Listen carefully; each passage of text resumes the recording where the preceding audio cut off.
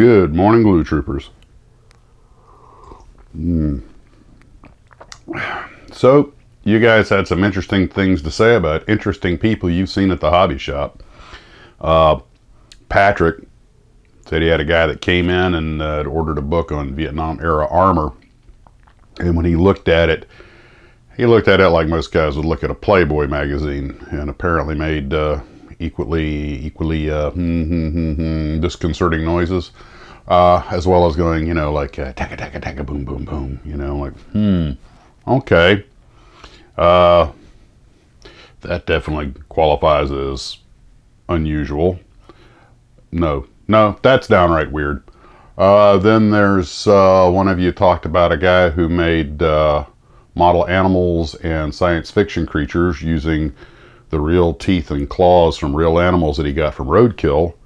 Definitely qualifies as weird, although part of me does admire the resourcefulness.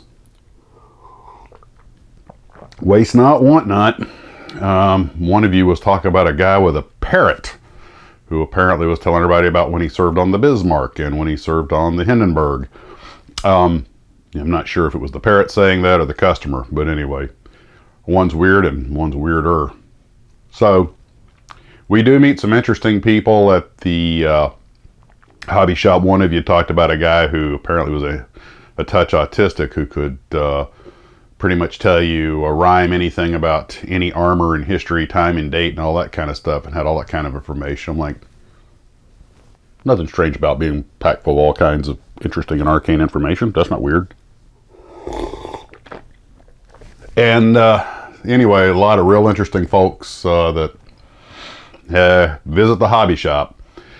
So I did finally get this piece for the launch umbilical tower put together, so I can start moving forward on that a little bit at a time.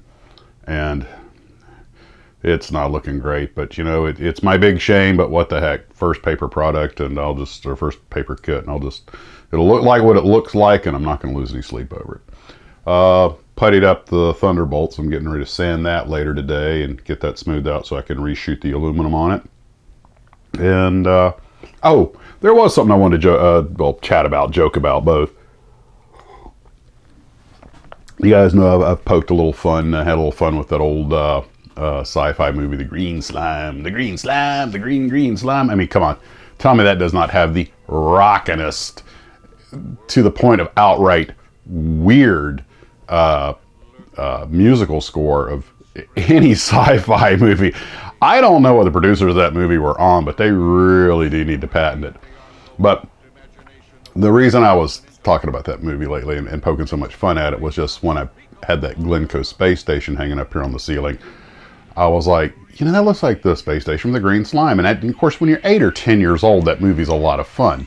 You look at it now, you just laugh. And I realized that those campy old movies like that, and I believe that was actually a Japanese production with a European and American cast, which explains a lot. But if you're ever just in a blasé mood, get yourself a copy of one of those old movies. Sit down with some popcorn and a 6-pack or a water glass full of bourbon, whatever your preference is, and just have some fun, because they will make you laugh. And God bless the people who made them. They were trying so hard.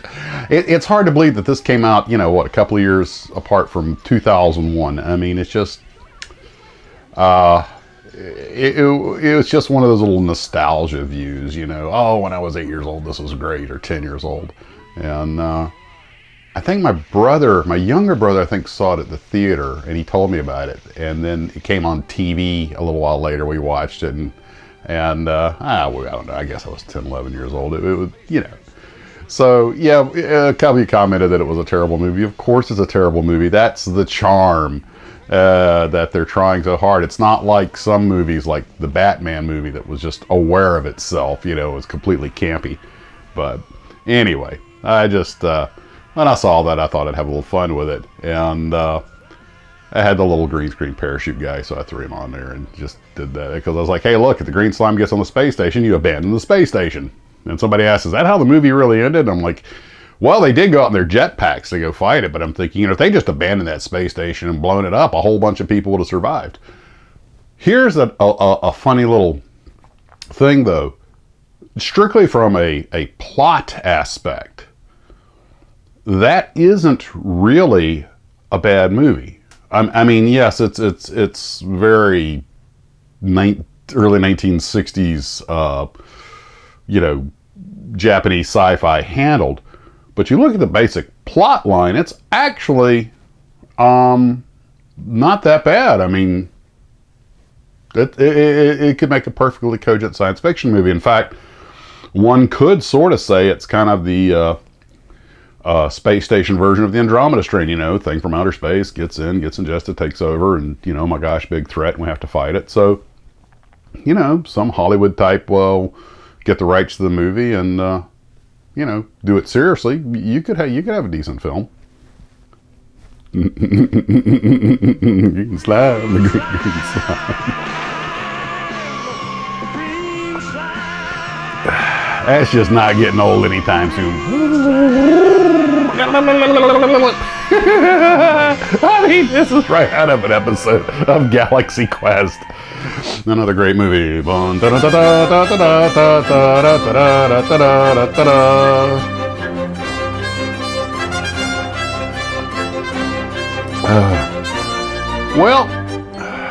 that's pretty much it for this morning, guys.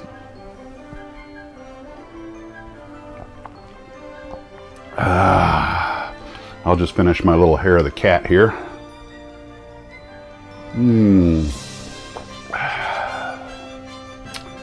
Never give up, never surrender. Model on.